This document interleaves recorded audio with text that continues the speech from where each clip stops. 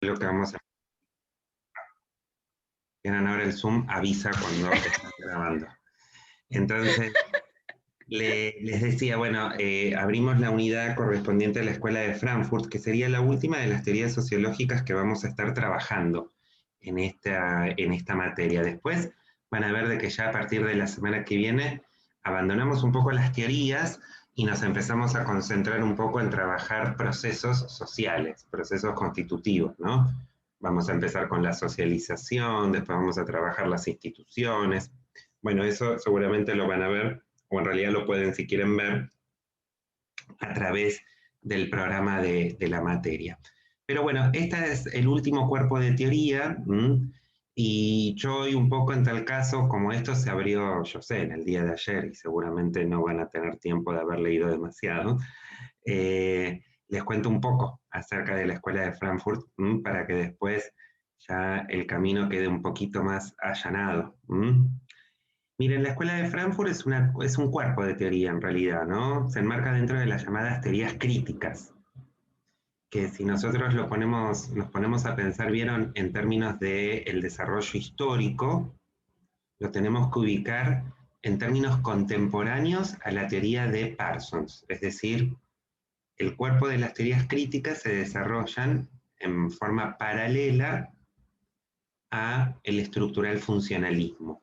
Entonces, más o menos las ubicamos, vieron, a partir de la década del 30 en adelante.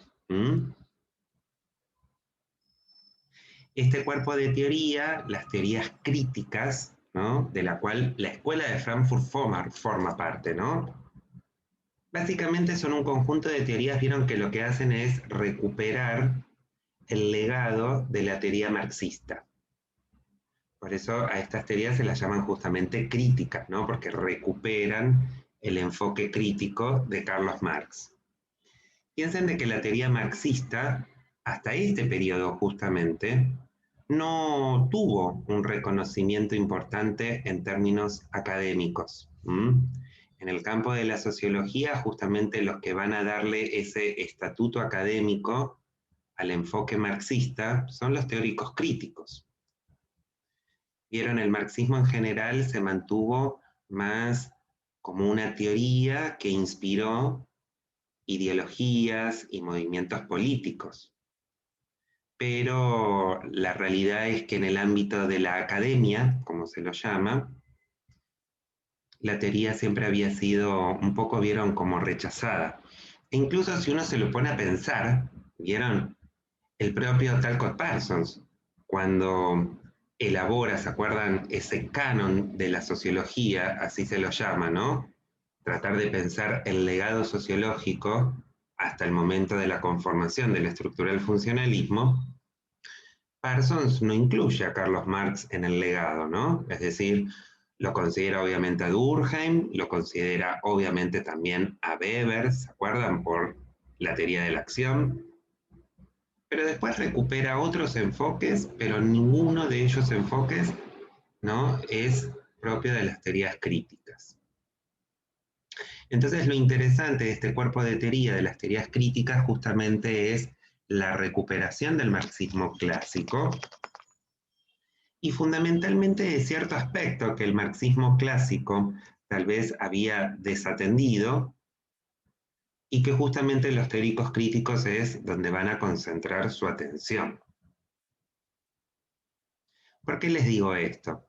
Porque ustedes se acuerdan de que el trabajo más importante de la teoría marxista es un trabajo que nosotros podríamos decir se concentra en lo que el propio Marx llamaba la base material. ¿Se acuerdan? El modo de producción. Digo, la obra más conocida de Marx es un trabajo de economía, con lo cual el trabajo marxista está claramente enfocado, podríamos decir, en esa base material. Sin embargo, ¿se acuerdan que Marx entendía a partir de la analogía arquitectónica de que los modos de producción tenían como un reflejo superestructural que él lo llamaba las formas de conciencia social, ¿no? Y que en general se lo conoce con el nombre de la superestructura. ¿Se acuerdan, no? La analogía del edificio. la base material, el modo de producción, las formas de conciencia social, no lo que estaba por encima. Y que ahí Marx, ¿se acuerdan? Ubicaba básicamente a todo el orden institucional, ¿no? Ahí estaba el derecho, la ciencia, la religión, el Estado. Claro, si uno se lo pone a pensar, vieron, todo el análisis marxista tiene un fuerte foco en la base material y a razón de verdad Marx dedicó pocas obras a tratar de pensar las formas de conciencia social. Y ese un poco, yo les digo, va a ser el punto de partida, ¿no?, de los teóricos críticos. Los teóricos críticos van a recuperar el enfoque marxista, pero fundamentalmente van a asumir de que esa posición, esa lectura, vieron, marxista, es una lectura adecuada, es decir, es una lectura que no requiere revisión teórica, por lo menos en lo que tiene que ver con el entendimiento de la base material, ¿no?, es decir, del modo de producción. Pero sí, lo que van a decir los críticos es que evidentemente la sociedad ha cambiado mucho desde la época en la que escribió Marx. Piensen, ¿se acuerdan? Marx escribió a mediados del siglo XIX. Y en realidad ahora estamos a mediados del siglo XX, es decir, un siglo después. Con lo cual la sociedad ha cambiado. Y entonces, para estos teóricos críticos, va a ser fundamental justamente tratar de reflexionar sobre aquellos aspectos sociales que de alguna manera son el reflejo, ¿vieron?, de esa base material. Entonces nosotros vamos a reconocer de que en el conjunto de las teorías críticas va a haber, ¿vieron?, un especial interés en tratar de analizar fenómenos de la superestructura ideológica.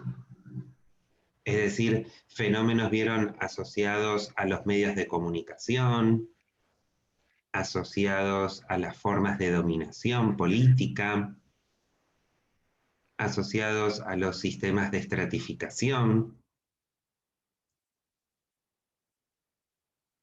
Y fundamentalmente la preocupación para estos teóricos críticos va a ser la siguiente. Ellos logran advertir, vieron, una realidad. ¿Cuál es la realidad? La realidad es que nosotros contamos con una teoría que logra explicar los fundamentos, vieron, de la desigualdad material y básicamente el por qué la sociedad es injusta. Incluso esa propia teoría nos explica de que para poder cambiar esa estructura de desigualdad es necesario llevar adelante un proceso de cambio revolucionario. Y a pesar, vieron, de que sabemos todo esto, los teóricos críticos van a señalar, bueno, pero el capitalismo sigue vigente. Digo, ¿no? No se ha producido la famosa revolución social que proponía Marx. Y en el caso de que se haya producido, si es que nosotros, por ejemplo, consideramos a la Revolución Rusa como un ejemplo, ¿vieron?, de revolución proletaria, los propios teóricos críticos van a decir, esa revolución no se dio en los términos de la propia teoría marxista. Esa es una revolución que en vez de conducirnos, ¿vieron?, a una situación de, vamos a decir, mayor igualdad, en realidad nos sometió a un estado totalitario. Piensen de que cuando estos teóricos escriben, el que está en el poder en la Unión Soviética es Stalin. Entonces se ha conformado en ese famoso estado comunista un régimen totalitario. Bueno, evidentemente las cosas por algún motivo no se han producido en el sentido que proponía Carlos Marx.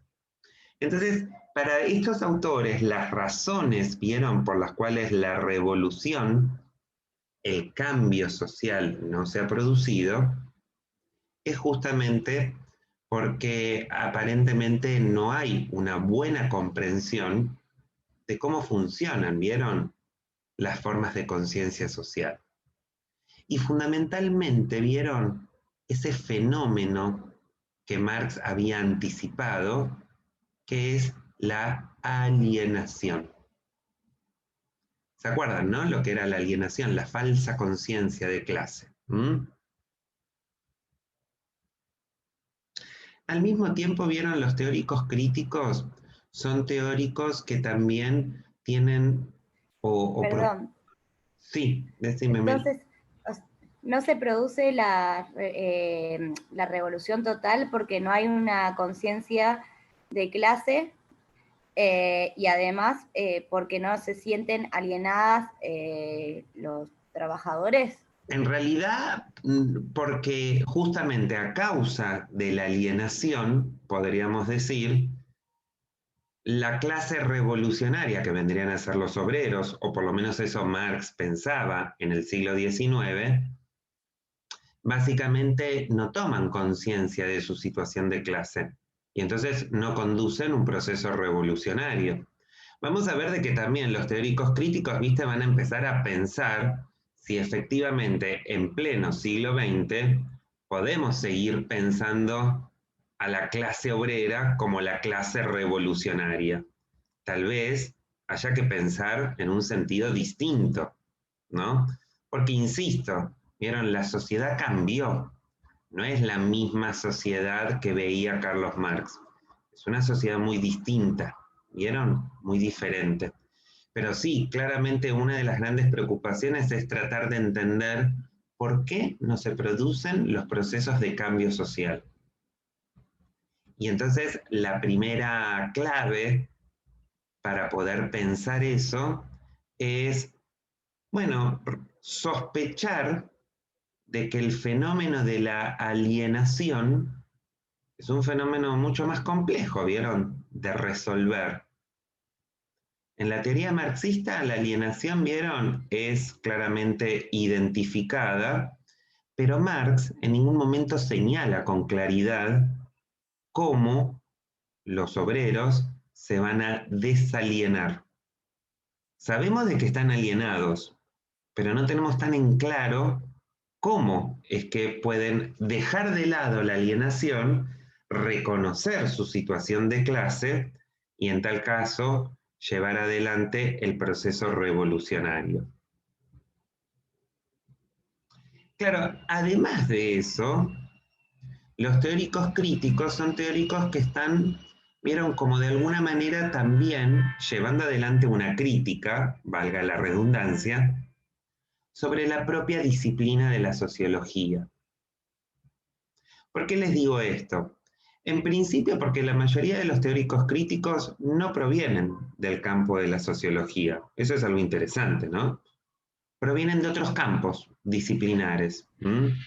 Principalmente vieron de la filosofía, pero también de otras disciplinas, como puede ser, por ejemplo, la teoría estética, la crítica literaria, la psicología, el psicoanálisis, ¿no? Piensen de que estos críticos tuvieron contacto con una teoría que Carlos Marx ni siquiera llegó a conocer, que es la teoría del psicoanálisis. Marx ya estaba muerto, ¿vieron?, cuando Sigmund Freud propone el psicoanálisis. Y van a ver de que eso es muy importante, porque la mayoría de los teóricos críticos van a tomar un montón de cosas provenientes del psicoanálisis. Entonces, fíjense, son personas que vienen de otros campos, no estrictamente de la sociología, y a la cual le van a dar dura la sociología. Es decir, ellos lo que van a sostener es que la sociología, que si uno se lo pone a pensar, es la disciplina de la cual Carlos Marx fue fundador, ¿no? ¿Se acuerdan? Para Marx, ¿no?, el pensamiento social era eminentemente crítico. Es decir, la función, ¿se acuerdan?, de la ciencia era la de criticar el orden social con el propósito de cambiarlo. ¿Y qué van a decir estos teóricos críticos? Estos teóricos críticos van a decir, che, parece que la sociología se olvidó de ese sustrato o de ese orden crítico que fundacionalmente tenía. Porque pareciera ser que ahora es una disciplina que está mucho más preocupada, ¿vieron?, por sostener el orden social más que por querer cambiarlo o transformarlo. Es decir, ellos van a pensar de que la sociología se ha vuelto una disciplina conservadora, cuando en realidad el origen de nuestra disciplina es el de ser una disciplina crítica. Bueno, ¿quiénes forman parte de los autores de las teorías críticas? Miren, hay un montón. Si nosotros tuviéramos que dedicarnos a estudiar a todos ellos, probablemente no podríamos estudiar nada más que a los teóricos críticos, porque realmente fueron muchos y con muchas variantes, ¿vieron? Hay un autor que seguramente ustedes habrán escuchado nombrar, que se llama Antonio Gramsci, un filósofo italiano, uno de los representantes más importantes del llamado neomarxismo. También hay otro sociólogo y filósofo de origen francés, también muy conocido, que se llamaba Louis Althusser. Este señor fundó otra corriente de las teorías críticas, llamado marxismo estructural.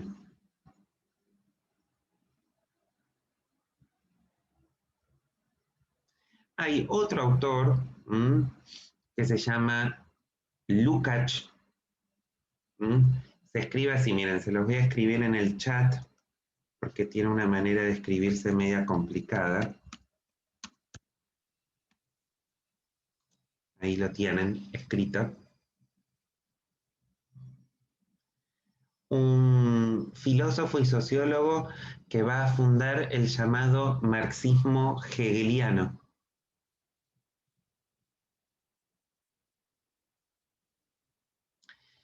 Después hay otro pensador que forma parte de este grupo, que se llama Immanuel Wallerstein. También se los escribo en el chat para que lo vean el apellido. Son todos, vieron, apellidos alemanes, polacos. Immanuel Wallerstein, representante del llamado sistema mundo, así es el marxismo de él. Es un marxista que piensa la teoría marxista, neomarxista, pero en el orden de las relaciones internacionales, ¿no? Wallerstein es un, vamos a decir, un especialista en relaciones internacionales. Y así podríamos seguir, porque han habido un montón de teorías críticas. Nosotros, vieron, de todas las que hubieron, nos vamos a concentrar en una en particular. Tal vez porque, vieron, es como la que mejor expresa el sentido de las teorías críticas, ¿no? E incluso, vieron, también podríamos decir, es la teoría crítica fundacional, que es la llamada Escuela de Frankfurt. Ahí se lo escribí, este no es tan difícil, solo hay que pensar cómo se escribe Frankfurt.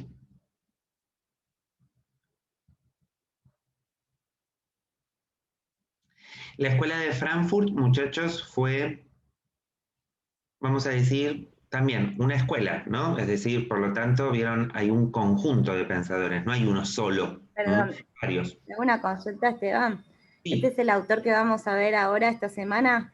Sí, es el que ya está habilitado. Okay.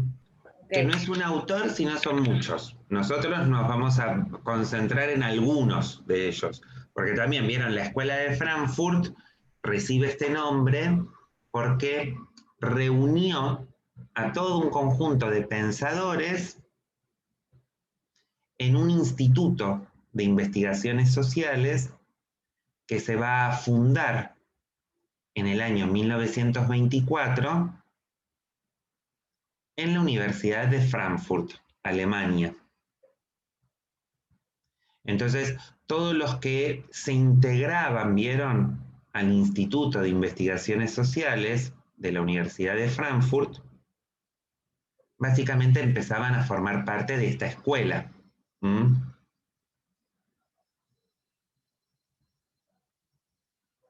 Una cuestión importante, el Instituto de Investigaciones Sociales se reconoce abiertamente marxista. ¿Mm? Es decir, si uno iba al Instituto de Investigaciones Sociales de la Universidad de Frankfurt, sabía que iba a estudiar lo que quisiera estudiar, pero desde el enfoque crítico. No hay, vieron ahí como diversidad teórica. ¿Mm? Son todos marxistas. ¿Mm? Y justamente eso es uno de los elementos importantes para tener en consideración con relación a la Escuela de Frankfurt. Porque justamente, mis queridos, esta es la primera vez que una institución académica se reconoce abiertamente marxista. ¿Mm? Es decir, es la primera vez de que el marxismo recibe, por decirlo de alguna manera, estatus académico. Antes, vieron, el marxismo estaba por fuera de la universidad.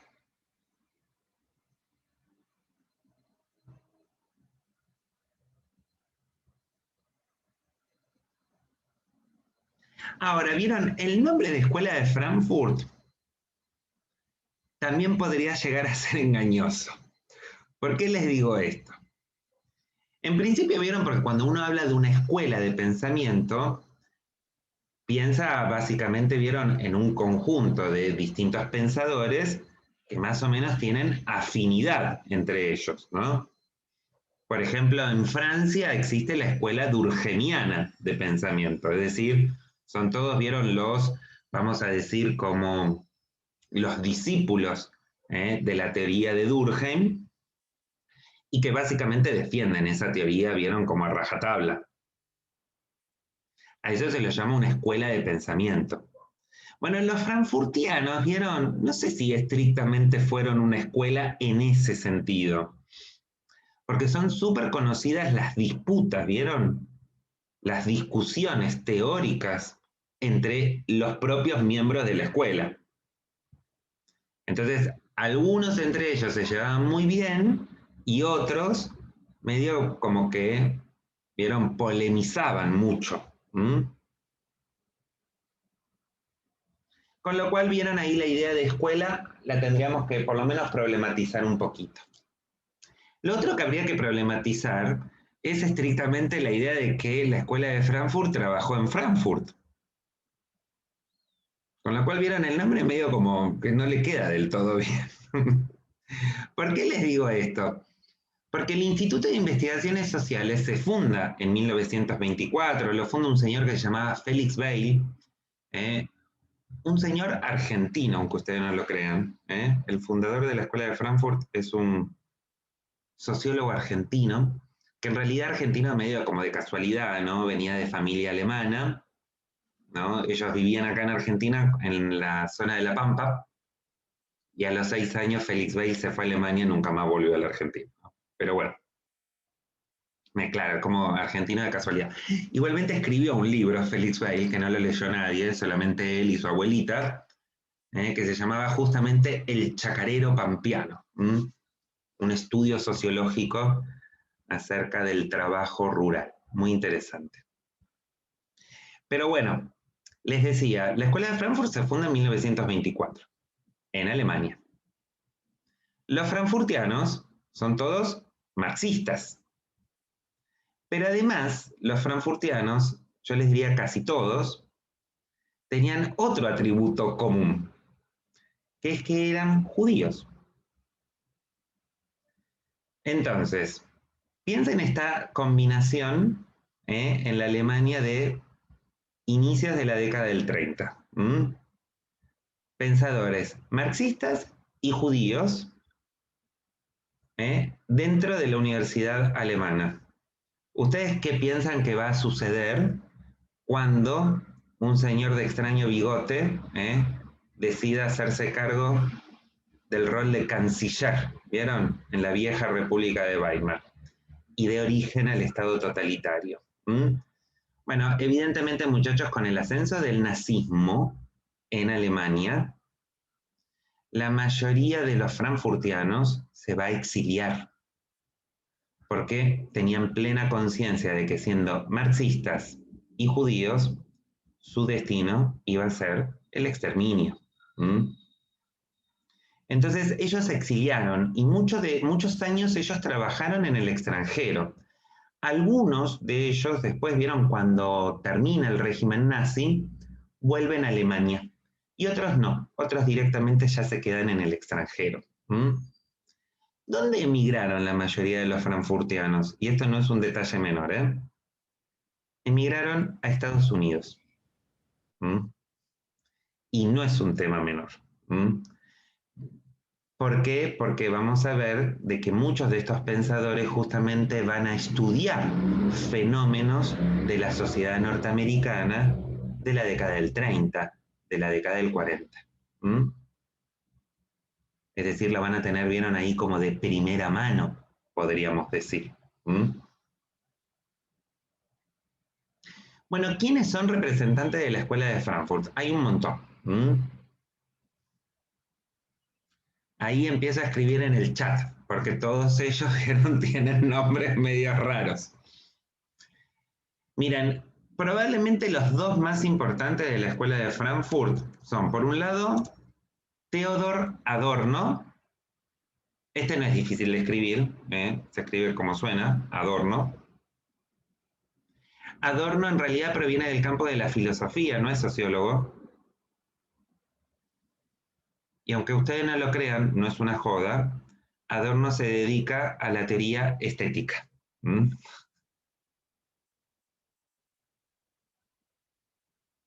Incluso Adorno es un gran musicólogo.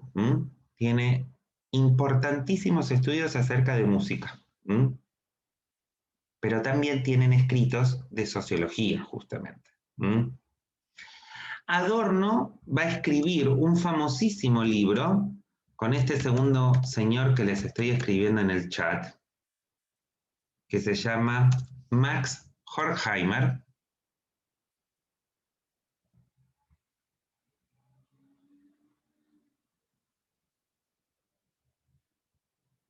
Horkheimer fue una de las figuras más importantes de la Escuela de Frankfurt.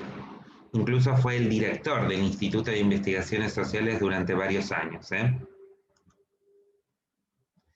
Y estos dos señores juntos, Adorno y Horkheimer, van a escribir una famosísima obra. Yo les diría probablemente la obra más conocida, más importante de la Escuela de Frankfurt, que se llama Dialéctica de la Ilustración.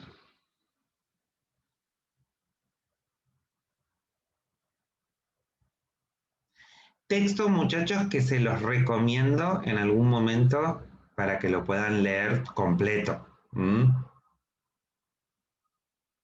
En algún momento vieron que tengan libre y que tengan ganas de leer algo bien interesante. Bueno, leen Dialéctica de la Ilustración. También se lo puede traducir como Dialéctica del Iluminismo, porque en realidad hace referencia justamente al periodo de la Ilustración, ¿vieron? Siglo XVIII. Bueno, pero hay otros pensadores que forman parte de la Escuela de Frankfurt.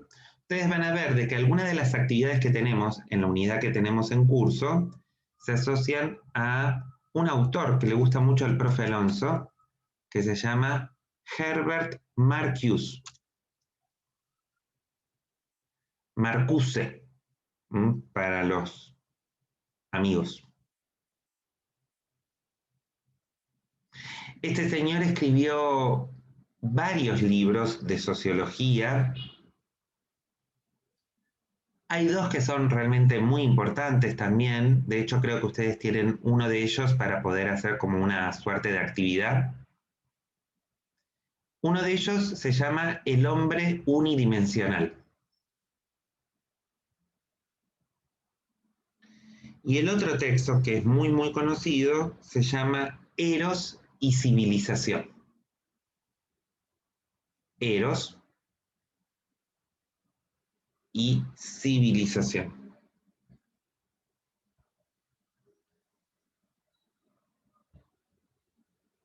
Bueno, ¿qué otros autores importantes de la Escuela de Frankfurt? Bueno, Walter Benjamin, por ejemplo. Benjamin se escribe como suena, ¿no? Benjamín. ¿Mm? Un señor muy conocido en el campo de la crítica literaria. ¿Mm? Benjamin era filósofo y crítico literario.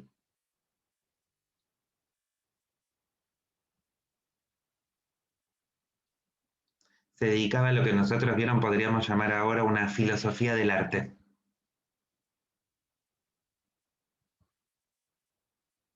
Otro autor que también es muy conocido, que seguramente puede ser de que lo hayan escuchado nombrar, es Erich Fromm. Erich Fromm venía del campo de la psicología y del psicoanálisis.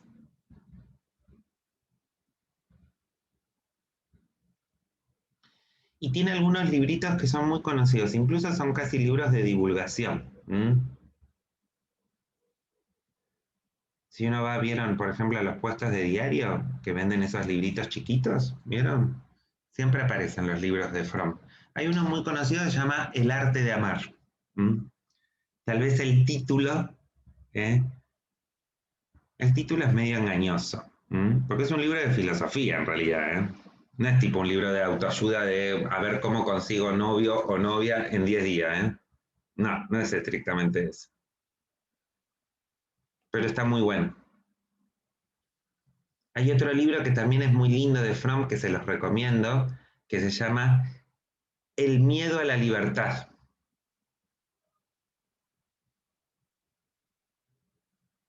Entonces vieron, no sé, suponete, Carolina se compra El arte de amar para conseguir novio. Y el novio se compra El miedo a la libertad una vez que está de novia con Carolina.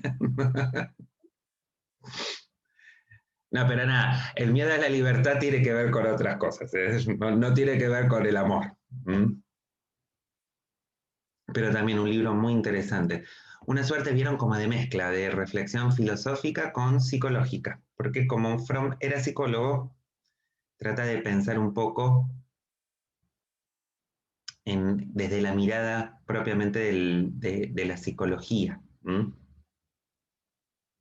Bueno, hay un señor que tal vez puede ser de que lo hayan escuchado nombrar, muy conocido, segunda generación de la escuela de Frankfurt, que se llama Jürgen Habermas, o Habermas.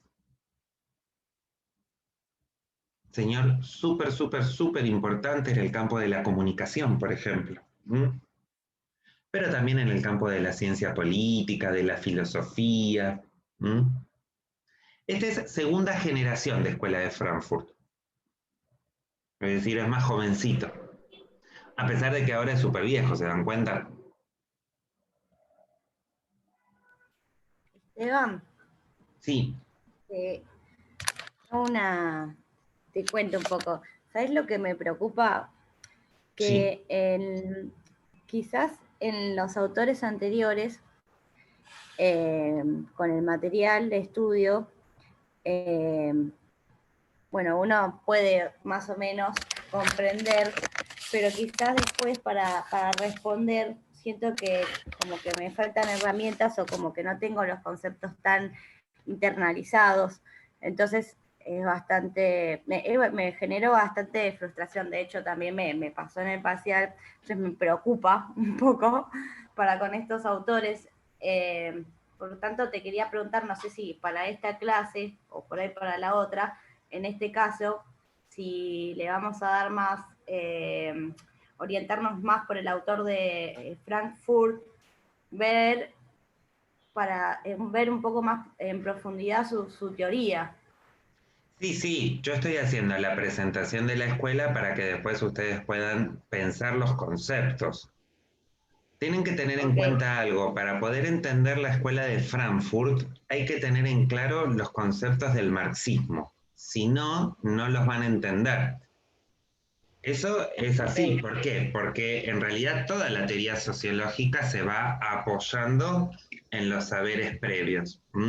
Entonces yo, por ejemplo, cuando la clase que viene trate de explicar en qué consistía la industria cultural, que es uno de los conceptos más importantes de la Escuela de Frankfurt, de estos dos autores que yo voy a trabajar, Adorno y Horkheimer, para poder entender el concepto, ustedes tienen que saber los conceptos del marxismo clásico. Tienen que saber lo que es la alienación, tienen que saber lo que es el modo de producción, tienen que saber lo que son las formas de conciencia social, porque si no, yo para poder explicar eso voy a tener que estar todo el tiempo volviendo a Marx. Y entonces nunca voy a terminar de explicar lo que le corresponde propiamente a los frankfurtianos. Entonces, esta es una dificultad de que en realidad va a aparecer, vieron, no solamente ahora que estamos pensando en esta teoría, también probablemente apareció un poco cuando trabajamos Parsons. Digo, uno a Parsons no lo entiende si primero no entendió a Durkheim, ¿vieron? La realidad es un poco esa.